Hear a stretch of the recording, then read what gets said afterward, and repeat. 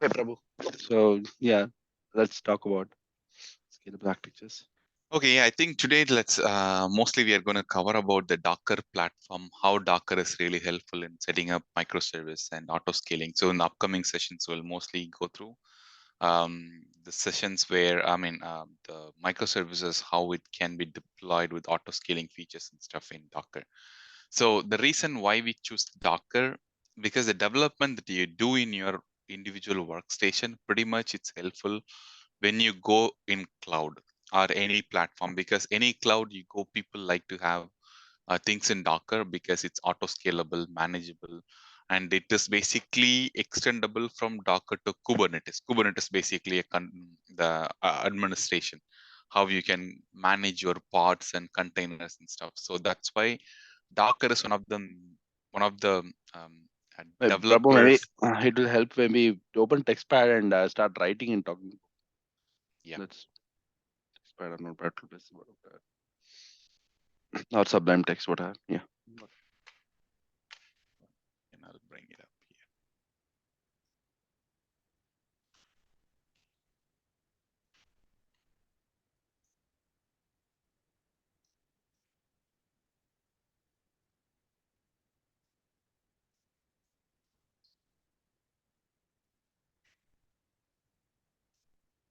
Yeah.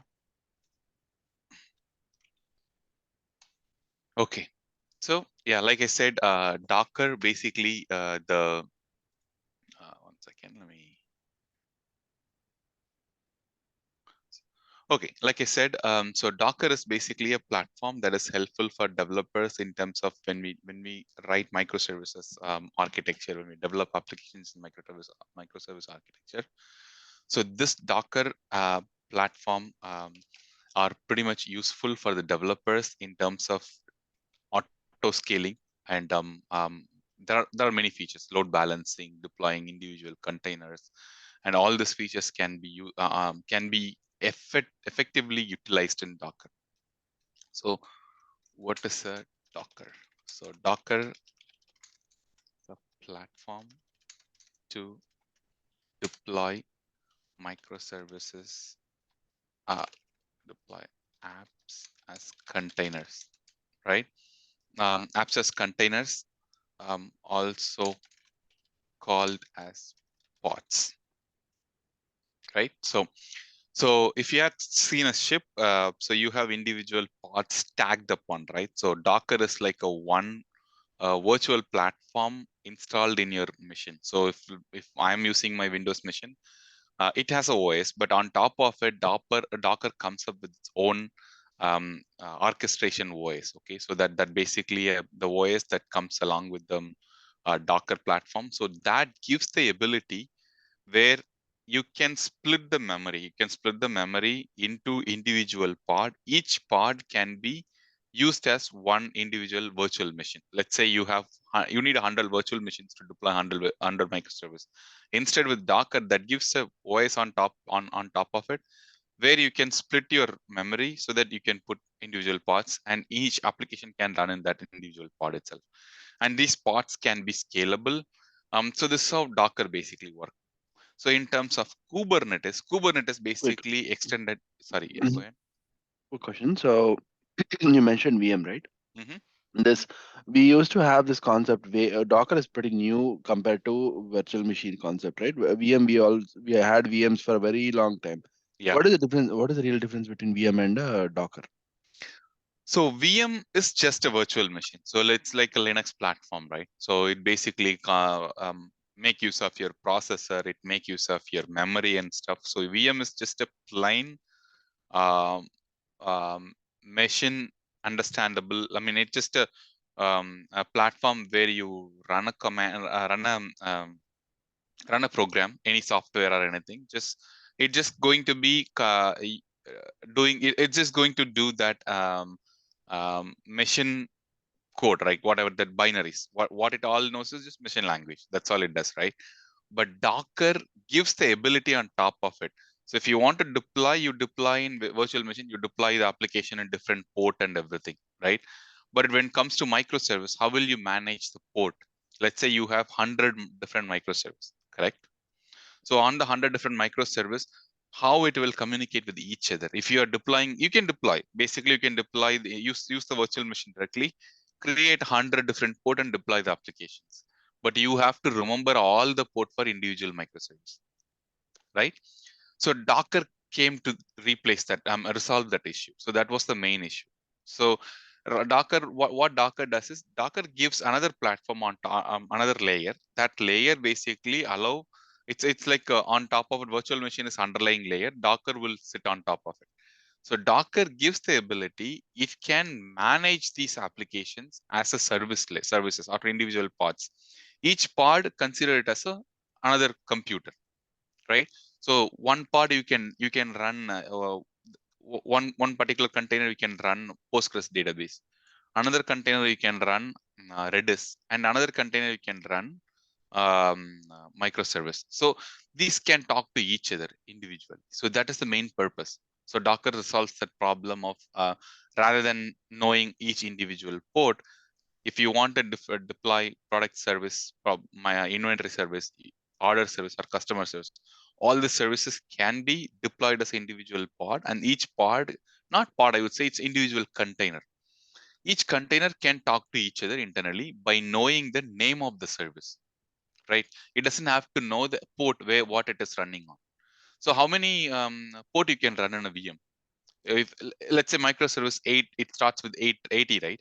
8080 for one of the service, and you're starting another service 8081, 8082, 8083. You have to start all of them, all of the service in 10 Different 10 ports. different ports. But here in Docker, you can write a microservice with same 8080 port. Since it's all going to run in its individual part, it's not going to be a problem for you. So it will communicate with each other by the name of the service. Okay. Okay. So Okay. I hope that helps. So let's go to, I just wanted to show some examples here. One second. Let's take an example here, like a simple image, right? So let's consider this is our Docker, and I just took this picture from Google. So, but if you look at this, Cassandra, Spark, Kafka, it's not only that you run one specific microservice. Also, you can run any software as a Dockerized image, right? So you call everything as an image. So all the softwares nowadays coming with the ability to convert it to an image. So this image, like microservice, it can run on its own port inside Docker. So this whole ship is basically Docker sitting on top of your virtual machine, right? So consider the same thing for Kubernetes. Kubernetes, another management platform for Dockerized images. So how it works? So you have Kubernetes a control plane. Control plane is what assigning how many parts or how many slaves node that needs to be used in a Kubernetes platform. So basically, Kubernetes is a cluster of VMs. It takes it. You buy the cluster of VM, use it for Kubernetes, and then it just talk to each other. I mean, there will be a master node which will command each node to just create a number of pods or number of container that needs to create basically. So Docker is the base for that. So I would say Docker is the best platform to start with to get to Kubernetes or any cloud-based platform.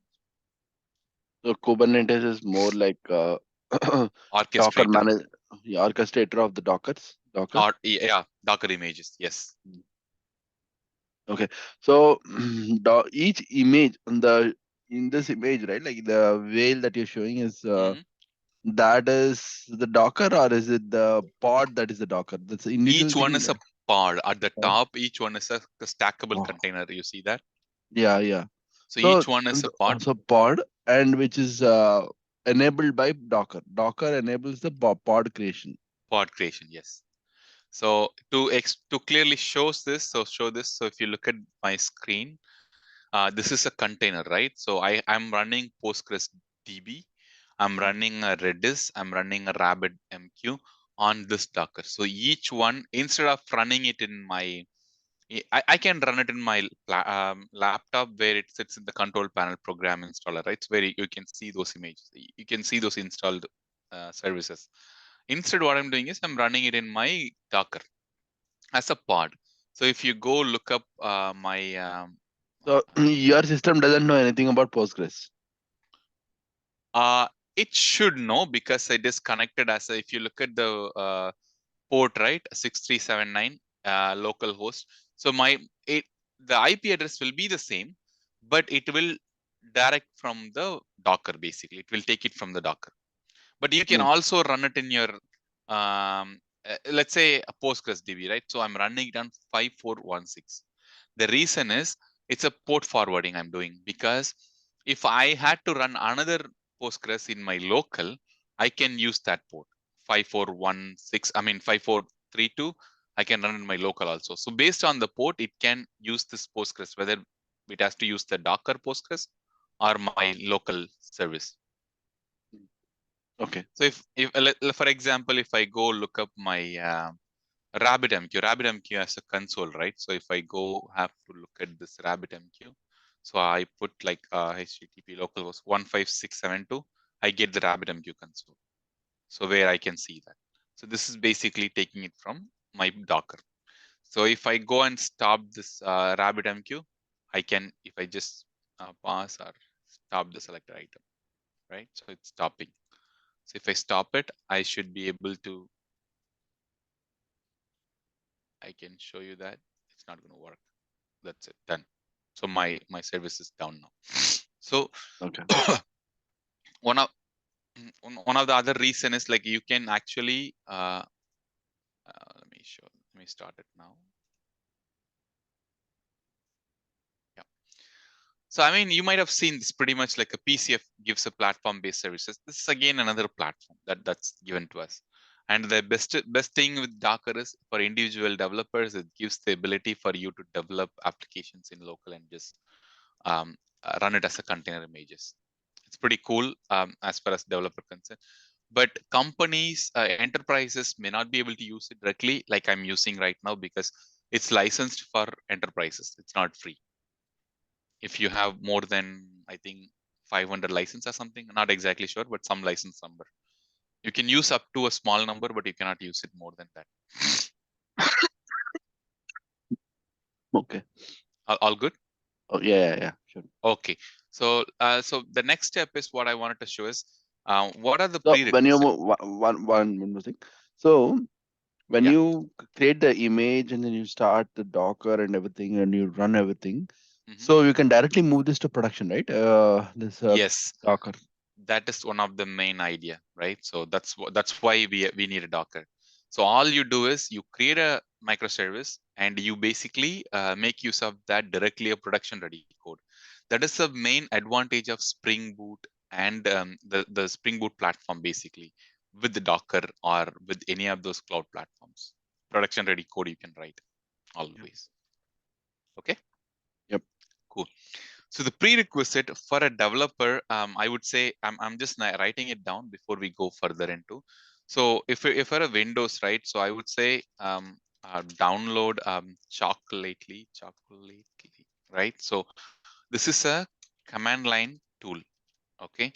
Command line tool like Homebrew for Mac, okay?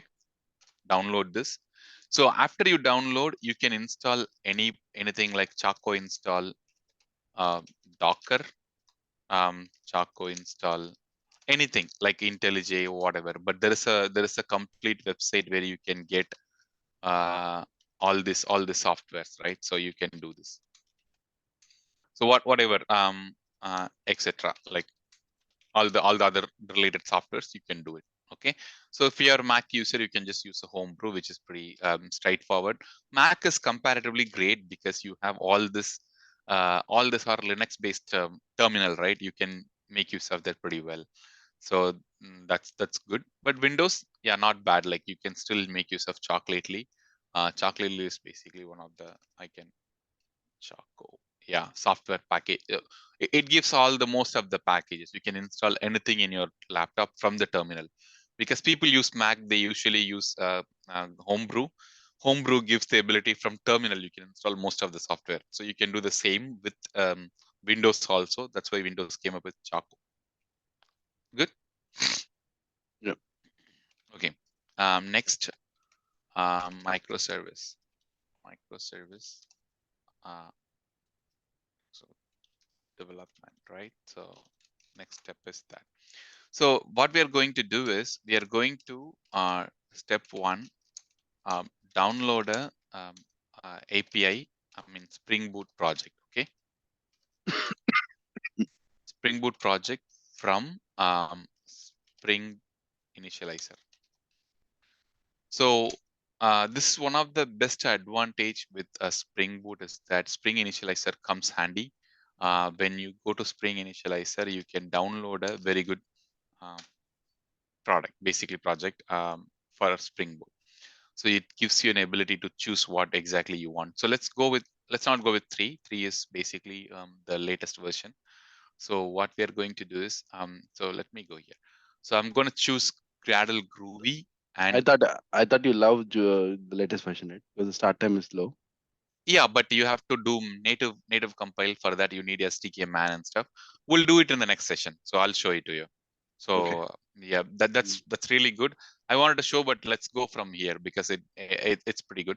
But we can still run. That's not a big deal. There is no difference between this and that. So yeah, we can use that. That's fine. Native compilers, you can still do native compile later. So we'll use that later point of time. So let's do mobile. I'll just go. Why do you need a SDK man for this? What was the reason you said? So SDK man gives a Graal VM. There is a VM called Graal VM, which needed for creating a native images. Native image as in what? Native for what? Native for the platform Windows. So basically, what native image? It's a compiling into an exe, right? So the Mm-hmm. Java code will be compiled into a machine readable language, so you can directly boot up. What Okay. it does is it does all the compilation ahead of time. It does not do because Java is a just-in-time compiler, right? It compiles at the step of before it runs. It just compile the code and build an artifact and then deploy it. Correct. So instead of that native image, what it will do instead of jar file, like there's a step in Java. It convert to a byte code, which can be then used in any platform, right? But this ahead of time compilation, it compile into a directly machine code. So it will be EXE. directly used as a exe. Yeah, kind of exe. So Yeah. at that point, you don't need Java installed on any system. You directly just have a executable. Executables kind of product, yeah, but it's not Okay. really an executable. The platform still need JVM because it runs on JVM, but that's a bit different than what we are doing in the current time with the previous version of Spring. Okay. I thought Okay. once you convert to EXE, I thought you don't need to. No, You know, the once runtime you. I will show you. Like I have it Uh, in my other laptop. But what I would do is like let's set it up in this laptop only, so that we get a clear picture of how it really works. mm-hmm. I did it in my local only. I did not deploy that product process in Docker. The Docker process, I think, bit different. I need to look into that. I'm not there yet. Okay. So let's create a customer service. Okay, so WebMobileZ, I'll just create it as a team. Um, we are like let's say alpha team. So then product. Let me create a customer service. Okay. Okay. So we are just creating one service. Okay, the simple service. What I'm going to do is I'm going to create a couple of I think we need a web. Okay, so we need a actuator. So you know what is actuator, right? So actuator is basically a management tool for your application in production. So if you want to make a production ready application, what you do is you just make use of actuator to see whether your application health is good, because you may not create as soon as you create an API in Spring Boot, you won't know whether your API is up and running, right? So what you do is just hit the endpoint of actuator to see whether it's really up and running. So that's one of the advantage with actuator. Actuator gives the ability for different management purpose of your app. So Lombok, we know Lombok gives the ability to create a model, and I need a Postgres SQL DB driver. So these few things I would do this. Okay. So I'll just go ahead and generate the app. So it's downloading now. So then Nice. That's it. So we got a production ready code now. This code can be directly deployed in production. That's the best advantage of Spring. Let me move this here. Okay, so now I'll just go here, copy my code. I usually, this is the way I handle. I put, if it is Windows, I put it in documents, dev. I put all my project at one place. If it is UI, I'll create another folder, but under dev, I'll go for all this. Okay. So then let Once you me, Dockerize and when you move to Kubernetes, I think that's when you can really move to any cloud at that point, right? It doesn't matter which cloud, which GCP cloud? or Yeah, GCP. pretty much. So because you need some configuration related to cloud, but you can still make use of that. Yeah, probably 1 or 2 days effort max, right? Like eight, Yeah, 6 hour, and with 6. cloud being in place, right? It's pretty really cool. Like let's take an example of Cloud Run, right? In Google, Cloud Run, you can use the same Docker image, just deploy it. The only thing that you need is you need to deploy in artifact registry and point the artifact registry for Cloud Run. That's it. That's all you do.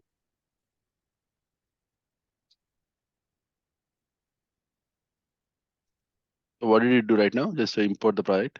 I'm just importing the project. Yeah, just to open the project from my IntelliJ. Okay.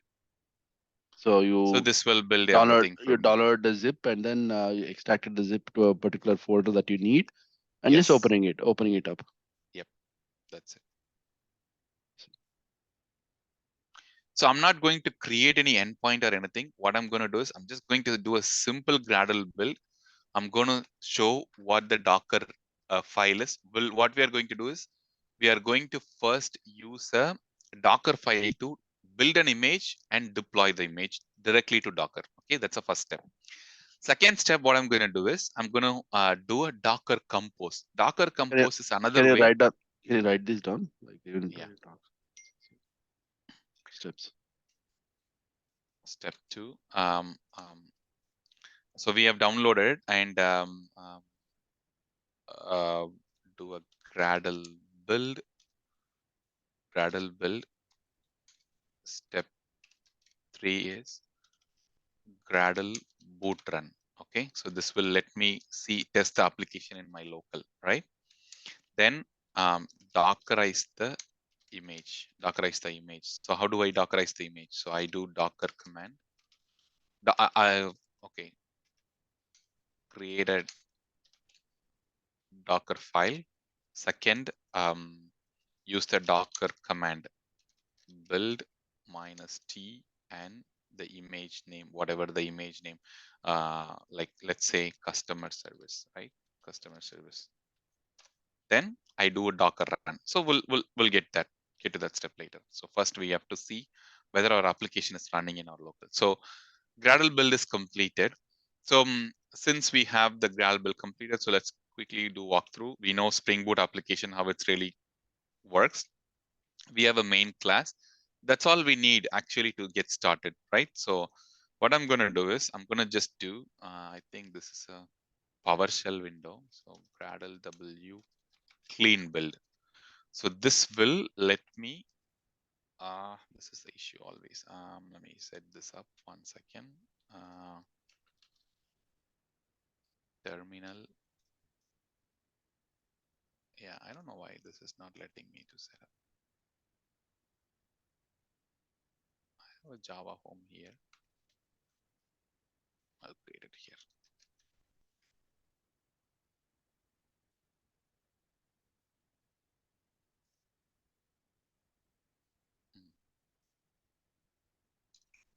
Okay, I'll create another one. Okay. Yeah. So what I'm gonna do is I'm gonna do a Gradle W clean build. Aye.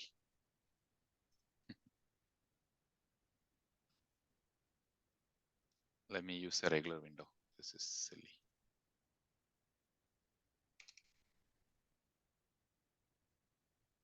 Try one more time.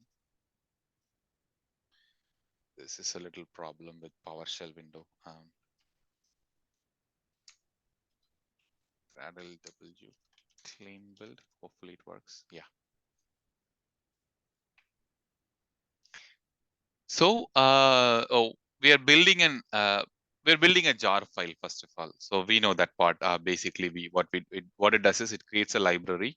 So if you look at all the reason for it's building it, we need to build that Gradle file is the root cause basically has all the dependencies. What it does is basically building the image and everything in the root. So we will get a library. If you look at the library, we'll get a jar. So this is our jar file where you can boot run this jar file. So next step, let's do a boot run. So if you do a boot run, it should bring up the application, right? So that's it. So our application has started. So if you look at the start time, right, it uses 3.67 seconds. If I had done a native compile, I need to set up those software. So once I get the SDK, man, I can show you in the next class how it works. But yeah, 3.67 seconds. But yeah, the application is up now. So let's go ahead and hit the application. How do I hide this one? This is super annoying. Which one?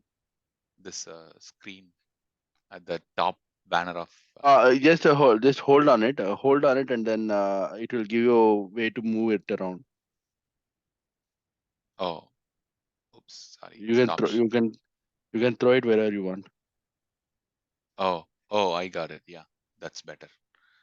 I like that. I forgot this. Yeah. Okay, let's do it now. So you can see my screen, right? Yep. Okay, so our application is running on port 8080. So what I'm gonna do is I'm just gonna do HTTP colon localhost 8080, right? So this is going to throw a white label error because we don't have really configured any API endpoints. So what I'm going to do is that's why I used actuator. So if I do hit actuator health, I see my status is up. So I have just only one endpoint enabled. If you look at the console log, you see exposing one endpoints beneath base actuator path. So based on this path, you will see one endpoint that is actually active right now. Cool. So what we have done so far is just created the content, created the simple Spring Boot project, ran the project in our local, all done and all good, right? So I'm just going to stop this. Okay. Yes, we are done. Okay. So the next step, how do you Dockerize it? So what is the base thing required for Dockering an image, right? So that is basically, oops, 1 second. So what all you need is, there are few things, the Docker file. So let's create a Docker file. Why we need a Docker file is when you, if I go and do a Docker version, I have a Docker installed already. So it's going to give me a command. But what it looks for is a Docker file. So for a Docker image, we need a Docker file. So I'm going to create a Docker file. So format, okay. What do you need? You need a runtime, right? So the runtime, what it has to take it. So I need, if you look at my Gradle file, my runtime is Java 17, right? So I need a Java 17 runtime. So I can take any runtime. If you go to Docker Hub, you can find a runtime. But basically, I'm going to take a Docker image of Eclipse Temurin 17 JDK Alpine. So if you look at some of those Docker file, they mostly use Alpine. So Alpine is the version which runs pretty faster in a Docker. So to boot up everything, you need this Docker, right? So you need these images to set up the platform first. Before it runs the microservice, it needs this Java to be in that platform. If you run a Node.js application, you need a Node platform like a Node and NPM, everything should be installed. So to do that, you need this first. So that's why we need this command. And we need basically the local, we set up a volume. So that volume is basically, we want to create a temporary volume. So that is, uh,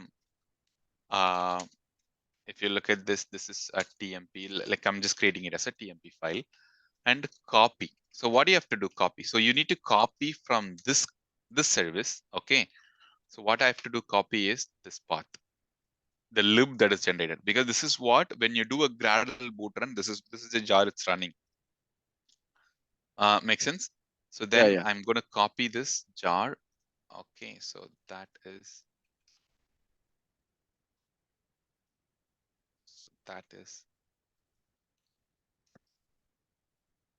build, and I'm going to call this jar as customer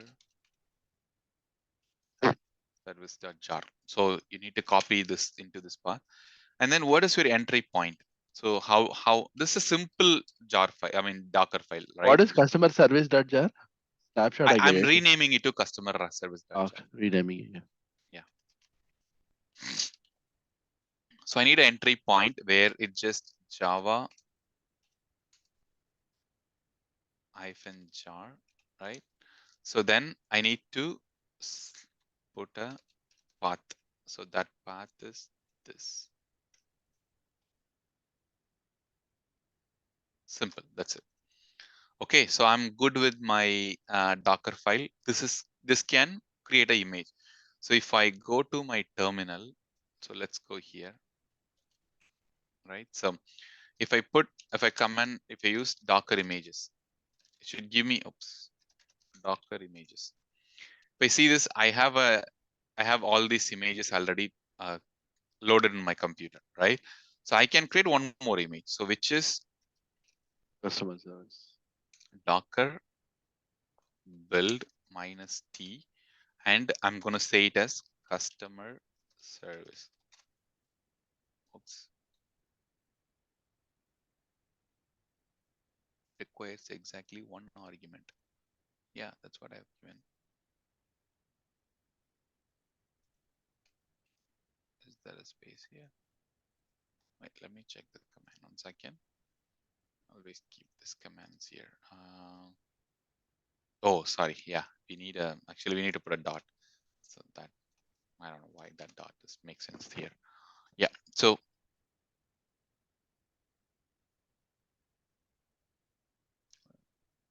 not found. Build, oh, why? So I think I have it in my root and root, right? Yeah. Build build a label. Sorry, it should be libs.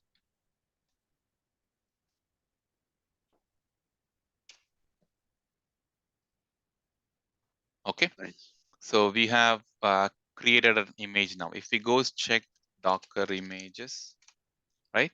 So we have this customer service, inventory service, RabbitMQ, and all the setups are there now. So we can go ahead and run run the service. Okay, so let's CLS.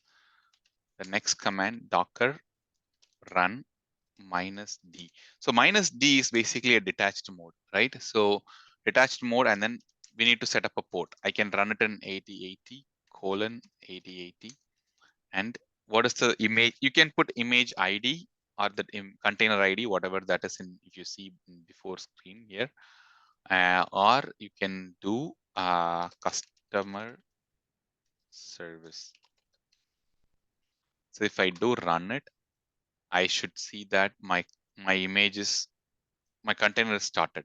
So if I go to my Docker, I should see a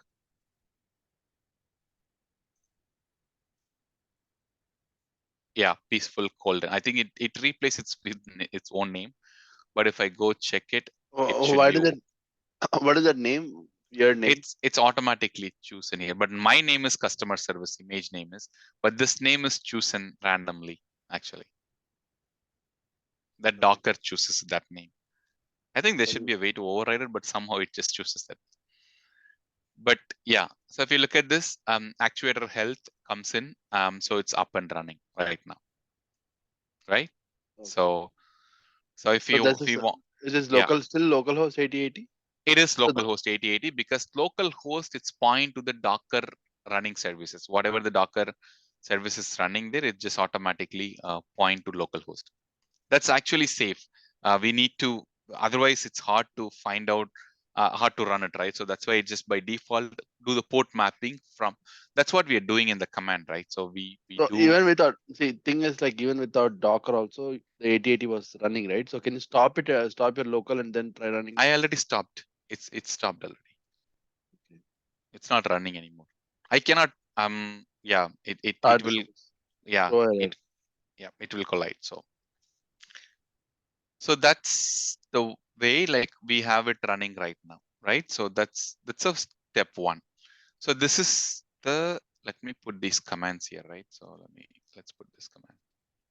So how do you run Docker file, Docker build, and then put a dot. Next step, what I did was Docker run detached mode -p 8080 8080. I'm doing a port binding. So what is this port binding is like from your local host 8080, அதாவது your, I mean, that means your server 8080 to Docker 8080. You can change this, whatever is on your computer 8080 to 8081 or whatever the port, but I'm just port mapping. So this is the port So, mapping. This is your so local first computer. uh, This is your Docker. Docker. Oh, okay. Yeah. So first one is Docker, and then followed by the local, right? So Yep. That's right. Image name. So I'll copy it as image name here too. that's good. That's good. Don't, that's okay. Don't leave it that way. Leave it that way. Okay. It's understood that it's Okay. So then, so your app is running now. So the next step, how do you run? Like, let's say I want a Postgres DB. I want to have a, I want to have a ability to run um, um, this container and kill the container, because let's say I ran this container now, it's going to run forever, even if I switch off my computer and whatever. That for a developer, you don't need to you don't need to keep this service running all the time, right? So there is another option called Docker Compose. So the Docker Compose is another way where you can create a container, you can combine the containers together. Okay. For example, under this, I need a Postgres DB specific to this pod, specific to this service. I want a Postgres DB. I don't want it globally. Okay. So you can run it specific to this specific container. So let's go ahead and delete this container. Okay. We don't need this container. Okay, done. Okay. So now the next step, what I'm going to do is let's create a Docker Compose file.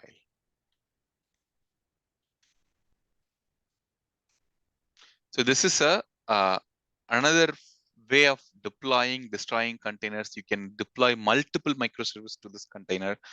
Docker Compose is the place where you can define whether you want to scale your services, where you want to create multiple services talking to each other. You can do all this together.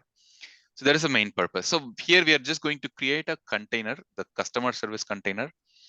And let's do two of them together. I have an inventory service image already. So let's create a container with the customer service, Postgres DB, and the inventory service in the same pod. But the problem will be same pod will be in different. I mean, you cannot put both the pod in same port number. So that will be a problem. But usually it's not a good idea to put two different microservices in the same pod. So let's I have a reference which I wanted to just copy paste. I don't want to waste time on it. So this is a Docker Compose YAML file format. Okay. So we are using this version is basically the different versions for Docker Compose came up, but I think latest is 3.5 or something, but I'm not sure. But I just put whatever that example was.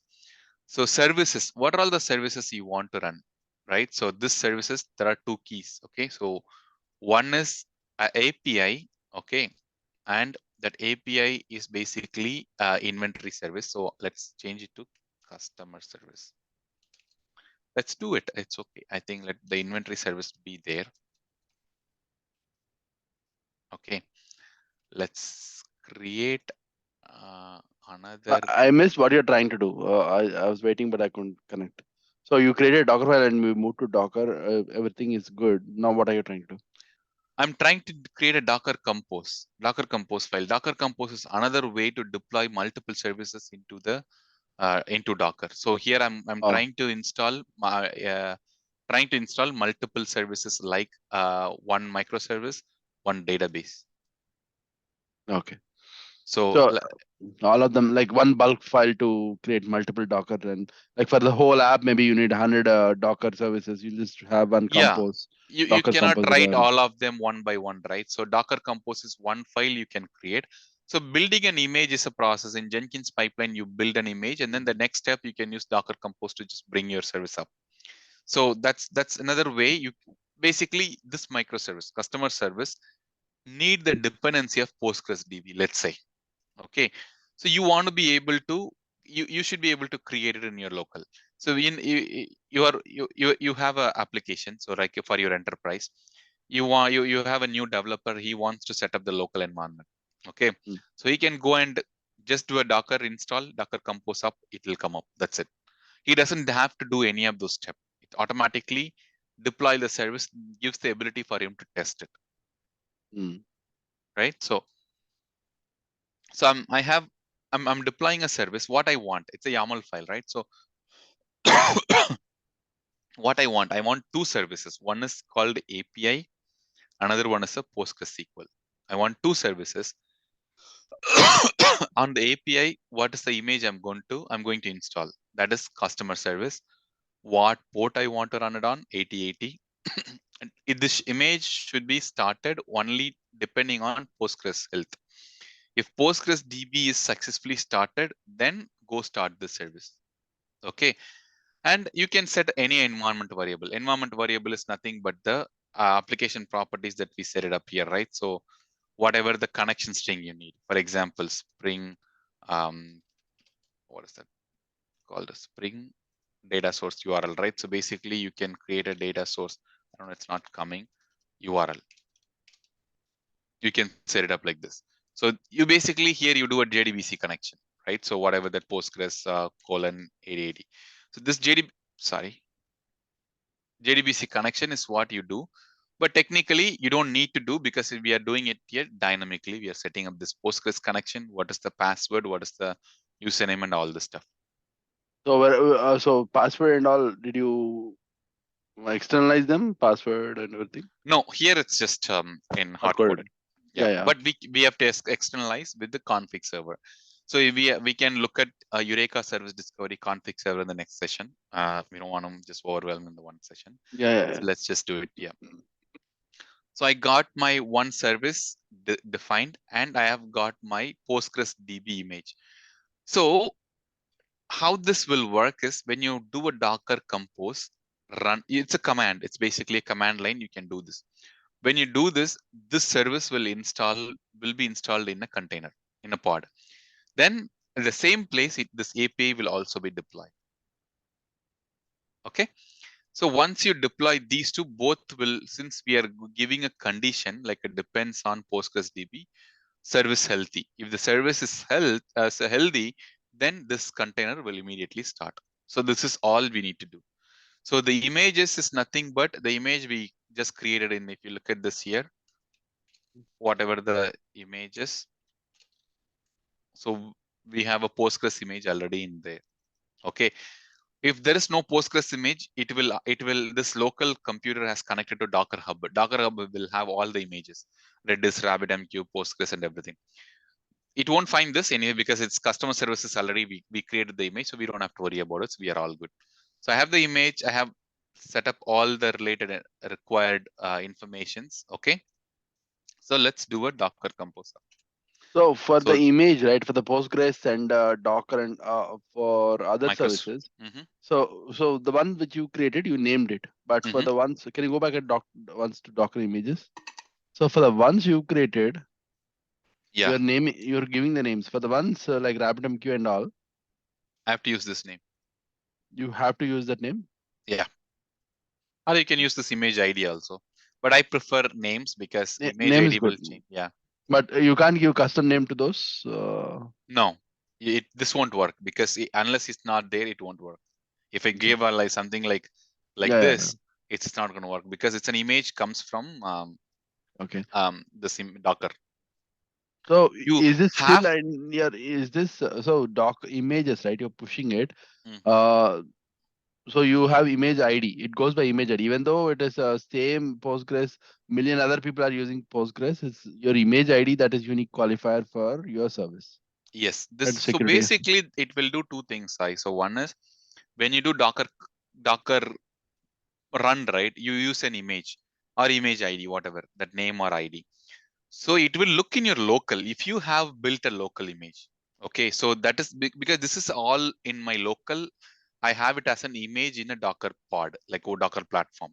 Since I have installed, right? If you look at my Docker, I have images. So these are all images. When you download, it will be downloading in this path.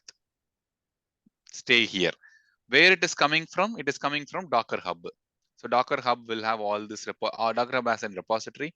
It has all the images pre-built for you. The one you have, that will not be in Docker Hub, right? So you are building in your local. That's it. Make sense? Can you repeat it once again? Can you repeat that part? Okay, so these images are in Docker.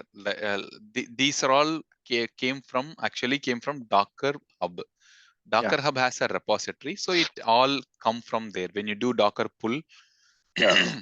you can pull that image and put it in your local. Then you run it. So if you look at Image. this, this is local. Image is one thing. Instance is other thing, right? Image is like a blueprint.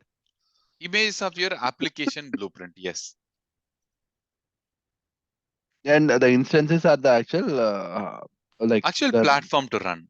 yeah. Yeah. Okay. So for customer service, you created an image. Image. Yes. I create an image that is runnable by a Docker platform. Yes. Okay. Okay. Okay then. So let's do Docker compose up. So this is gonna run all the services at the same time.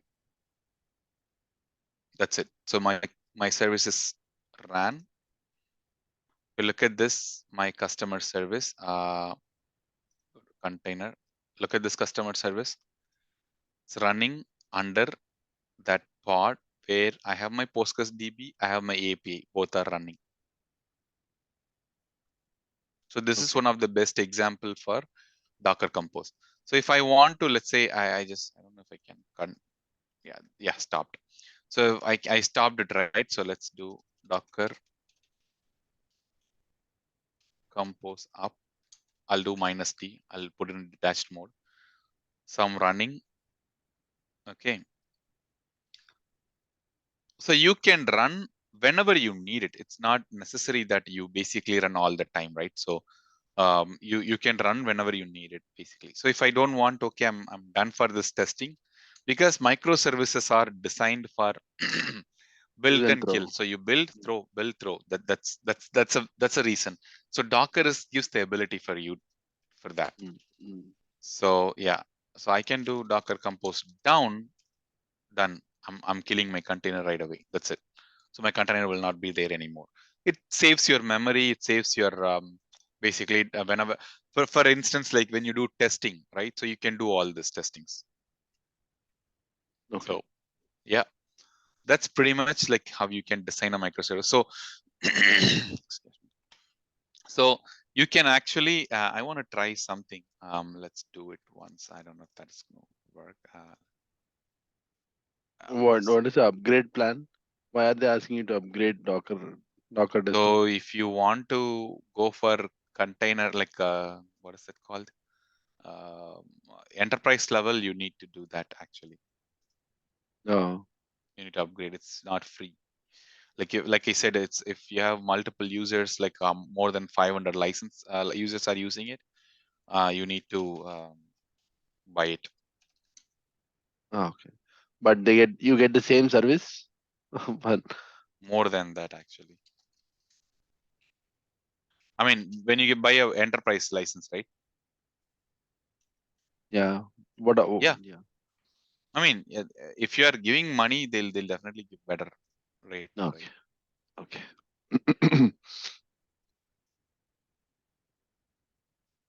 I want to try something with auto scaling, but try that. So you just created today you created a Spring Boot image, Yeah, Spring Boot application, and then you created a Docker image of that, and then you deployed the Docker image to in the local. You're running the Docker image, yep. right? Hmm. So how do you move to? How can we move this to the Okay, Google Cloud?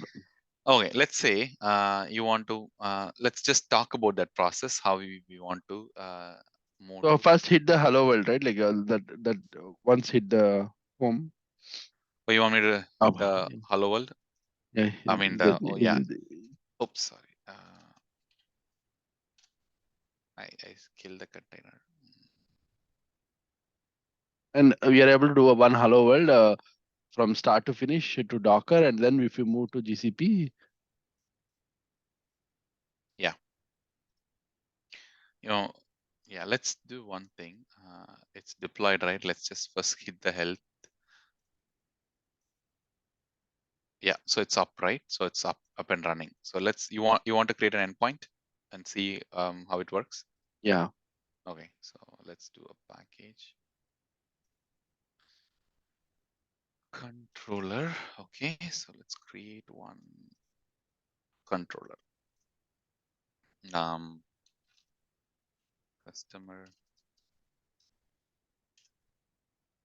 Okay, so I'm going to create a controller. I'll create a REST controller. Public response entity string get I mean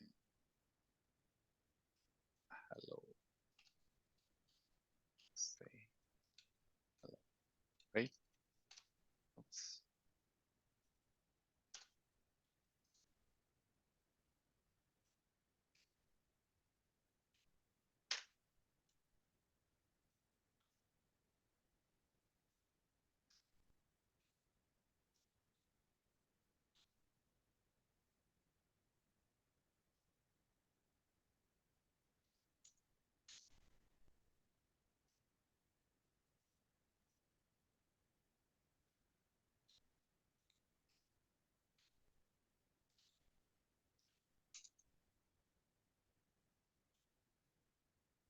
Well, we usually do this, or we don't, if you don't want to do this, what we can do is directly in,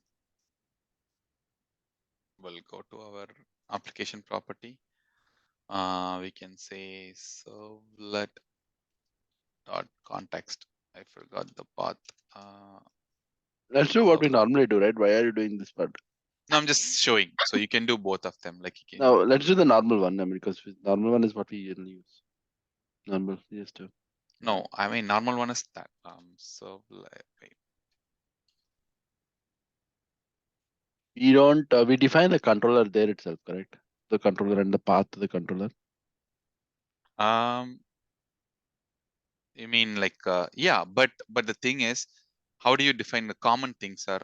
Let's say, let me show you. So basically, this is the normal thing. So you do this path, okay, right? So then you do API/v1. That's a version, right? So our v1 we don't need API dot application name. So customers. Let's say in the controller, what is this controller about? What are you doing with the controller, right? So the path should be like request mapping. So basically, what you're trying to do is root level, you're setting it up, right? So then you do v1, whether this controller is going to be a version 1 endpoint. In fact, the version 1 should always be the method level, because you can create a version in a specific method. You want to override it with the method, right? So you can do that also. So you can do this, and what is that controller is going to give you? Just hello, Hello. something like Yeah. that. Yeah, that's fine. So this is what I was just trying to explain, like serverless contact, server contact path. What is this API about? About customers, and customers is going to be hello and value, and that's it. So this is good. So let's run it here. Gradle W boot run. Let's go for sorry, not this way. Gradle W clean build.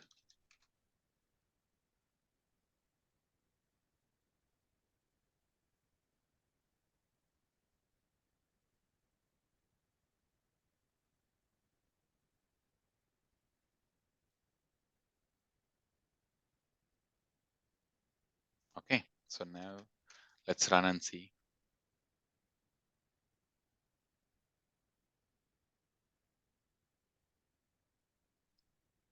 Oops. Oh, 80. So let's kill it.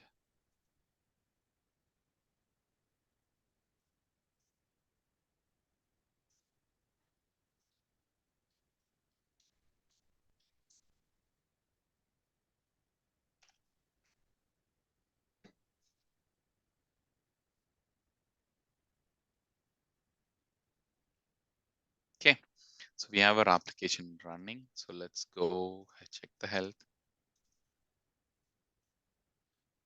API/customer/health up, and we're going to check hello v1. What is that the other one? I forgot. Value. I don't know why I put value there. So that says, yeah, that's it. So let's change it to Say hello. greeting. Yeah, that's fine. Yeah. Okay. Nice. Look. Right. So yeah, that's And this is all good. running in the Docker. Yeah. So now we have to build an image. No, this is not running in Docker. This is in our local. Okay. So now we have to build the image. So because the changes are there, so we have made a change in the code. So I'm gonna run a build customer service. I think it will tell me that there's existing. Oh, it did. Very good. So then we're not going to change anything. Let's do Docker compose up. That's it, right? So because we have the image, so it should automatically create for us.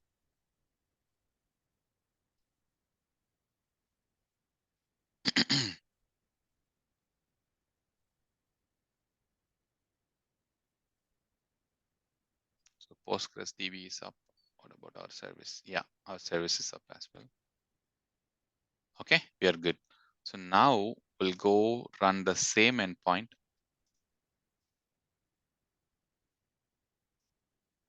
It's not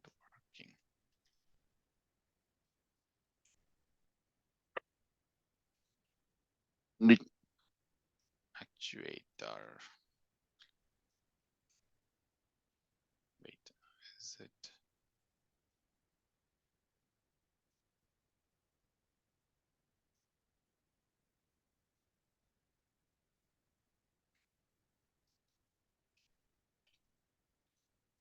Customers v1. Why? It's running.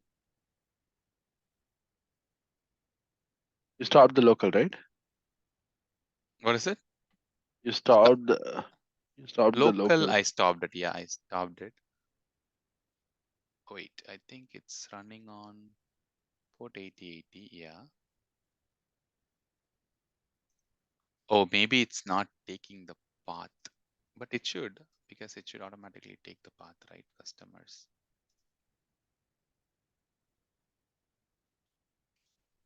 V1.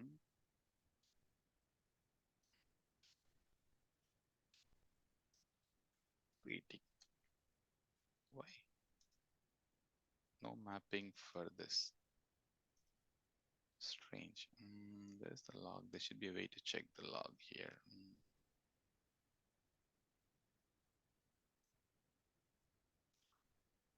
You know what? Let me kill this.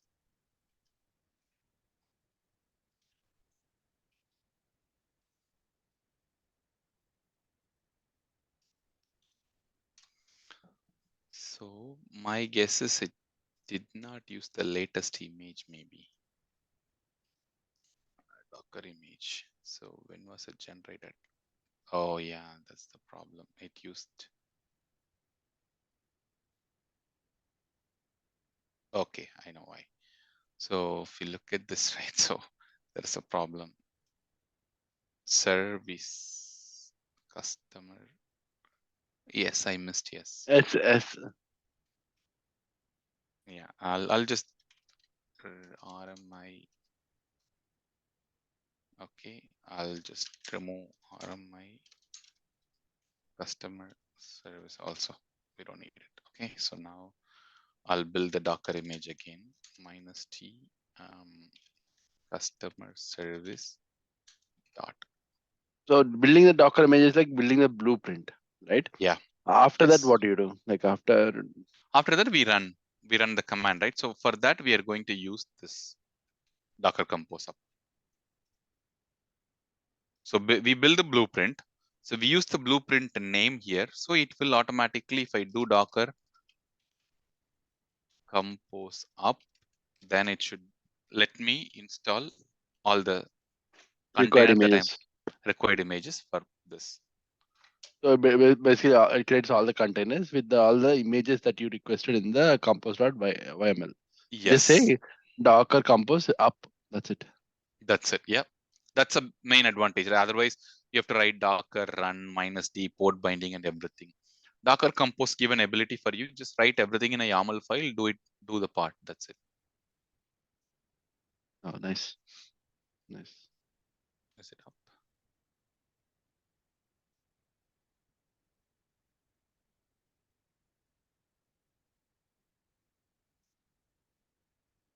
Why it's giving me more trouble? It should be pretty simple. Okay. Local host. Yeah, if you're recording, that's what happens, right? Yeah. It's not finding that path. Why? Have it running. Put you on the spot. That's what it does. Oh, we did everything what we can do.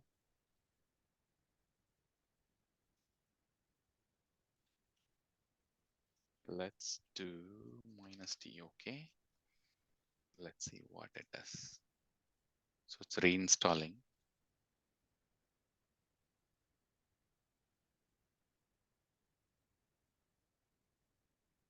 Okay, so that's good. HTTP localhost 8080 actuator help. Why it's not finding it at all? This endpoint is not even visible. Earlier it worked nicely without any problem.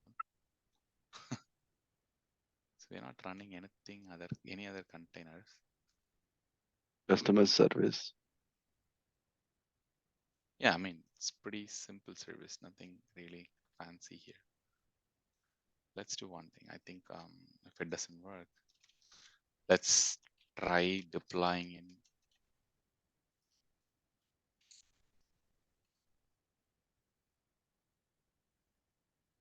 Okay, customer service done. So let's run it in simple Docker command. Docker run -p 80 Now you're doing the hard way. hard way. Yeah, let's see if that is working. It's just a good troubleshooting on the spot too. It's okay to do. So yeah, so it says API customers, right? So maybe it's a problem with that context path, maybe customers. Hello, V1 greeting.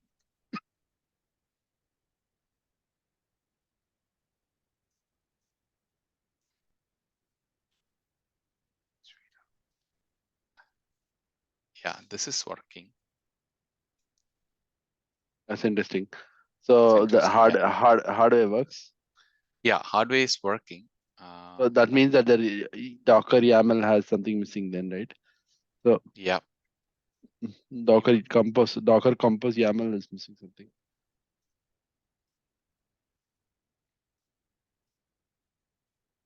hello / V1.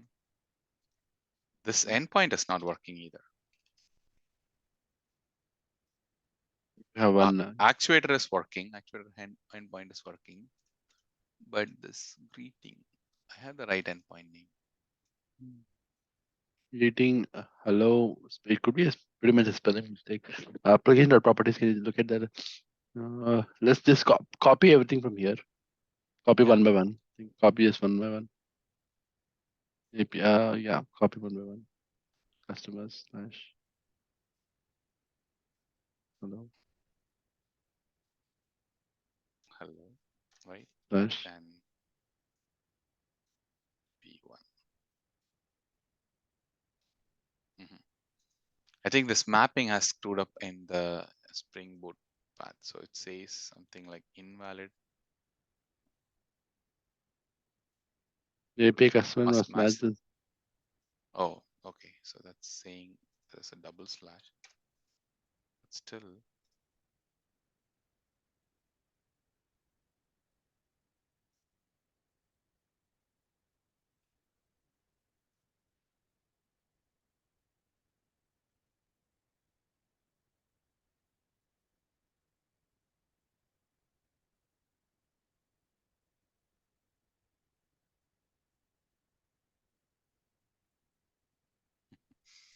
crazy that it's just a small Mhm. thing. That's It good, still, right? That's the most valuable thing. So running into problems is the so you're saying double slash must match the start of the request path. So is there a double slash sort of a slash? yeah, I think so. Because in the context path, I should have given this possibly, This but should it probably worked work. in the local. Yeah. Uh, right.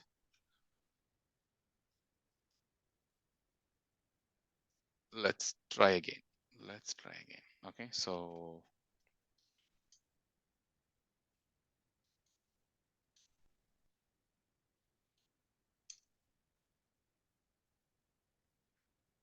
okay. So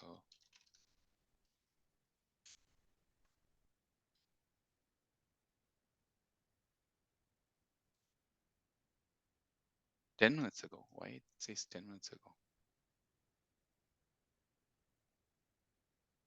I built an image, but it's not really building it up. So let's try Docker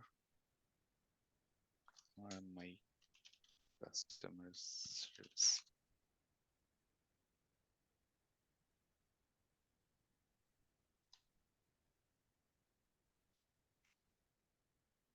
Okay.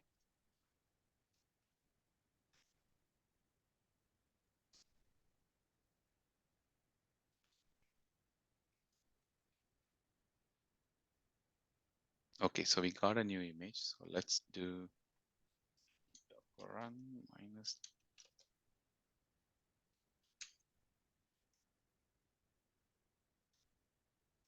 The fun part is actually getting into these troubles, small things. Yeah. But that happens always. Ah, okay. So At that's least the one build. who's watching enjoys it. The one who's doing it probably not. I don't give up. Okay. Mhm.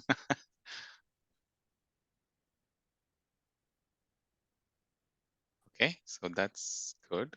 So we should get it now. Why? Still. Wow. Yeah, let's go to the error and see what it's saying. See, this is perfectly working. So Page is up. So there's no error also. It's not throwing any error now, but it's just stopping. now does it when you try to hit the endpoint, is it throwing error? Yeah. It's a white label error that the path is not No, no, available. but on the debug mode, is it doing? No, this no API. Right? Uh, you mean like B1 creating? It's not giving that error, right? So okay, so let's run it in local maybe.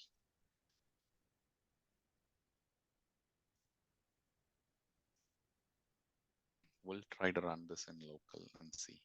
But local it's working fine. I don't see any issue, right? Last time it ran.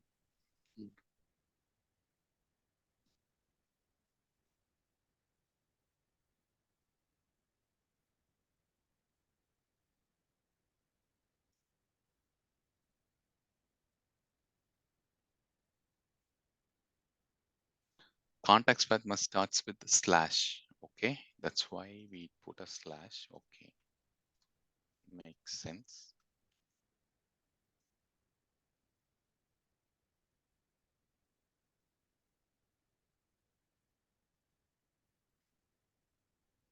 Yeah, so this should work now.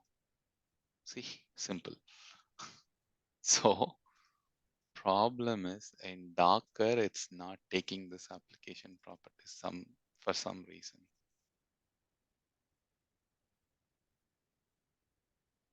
But it is Till showing the that but it's showing that application is up. yeah, application is up. So I think my point is, let's try this. Docker run -b. Maybe it's not taking the application properties. That's why.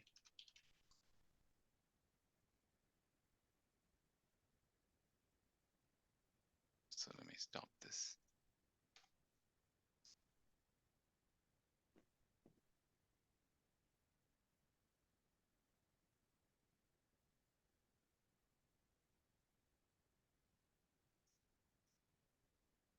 But it's cleanly saying that that is there.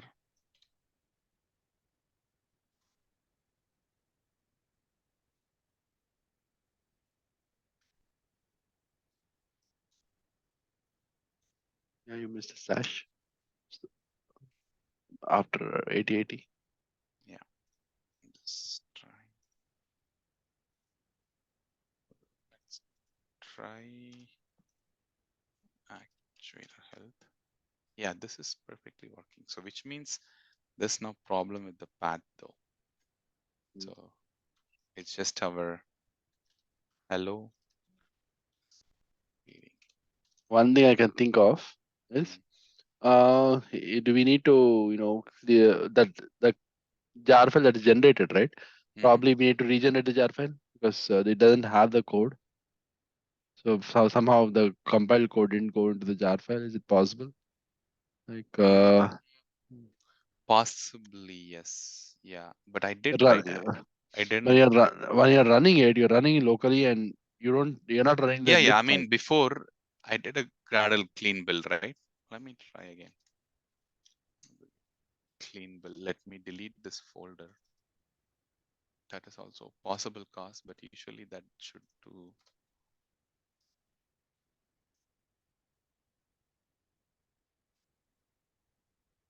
Maybe it was already installed on Docker, so the clean part probably didn't go through. Yeah, possibly, yes. They just said, okay, let me not worry about it, and it just built and it not put the that's the only explanation, right? Because the health check is working.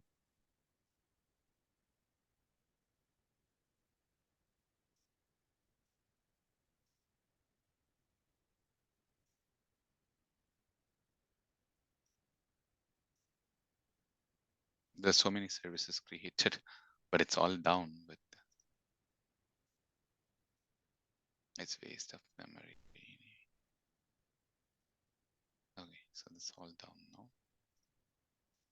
So it's done now. So there is a new jar generated now.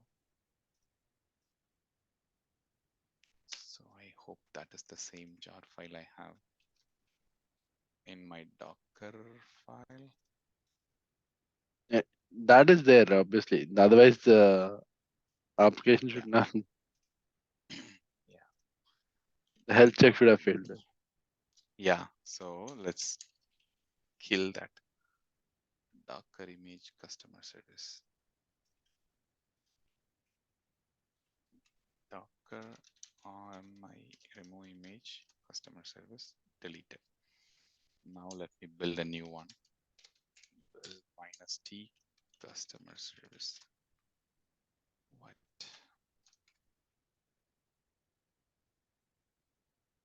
Okay, done. Run -p. You're doing it the hard way for now. Yeah, I'm just doing it the hard way. Customer service -t. Oops, I think I made a mistake.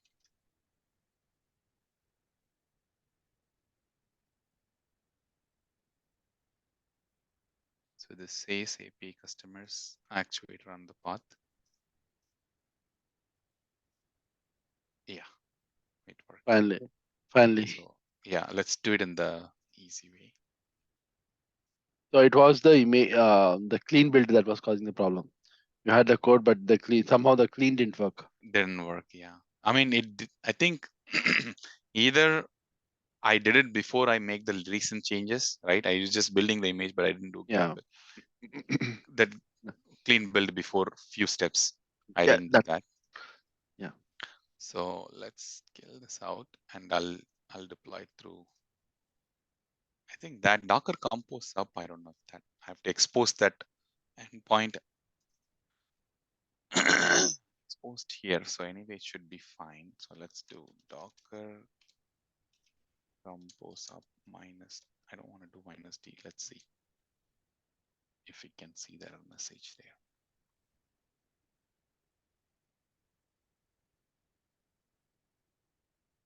If this works, then that must be the problem. Then.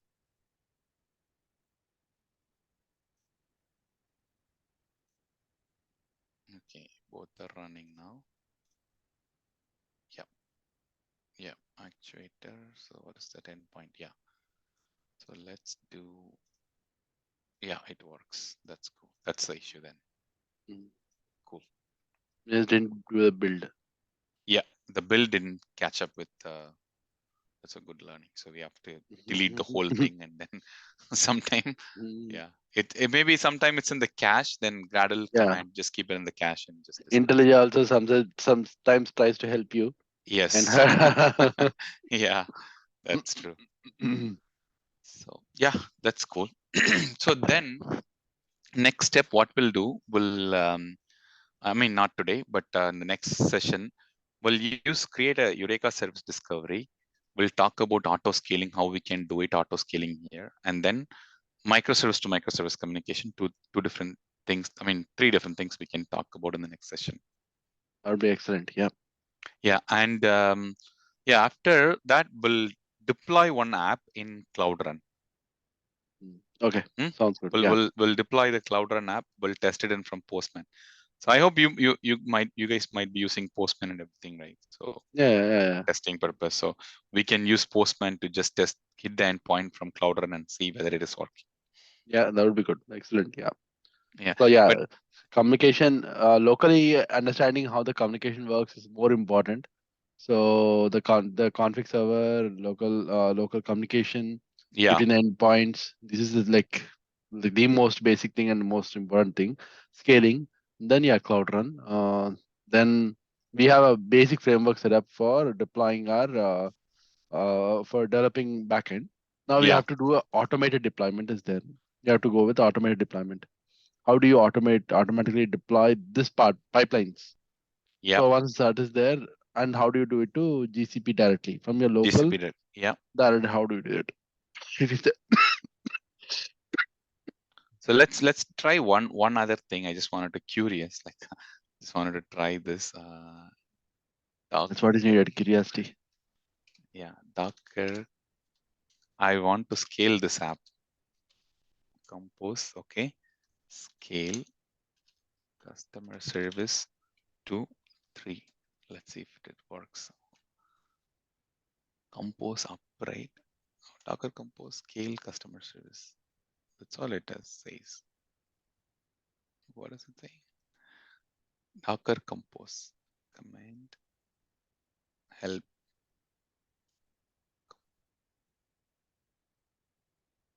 Is there a scale command here? I saw somewhere. That's okay. We'll look into that later. I was just curious whether we can just scale right away from here. Okay, sounds good, Prabhu. Thank you so much.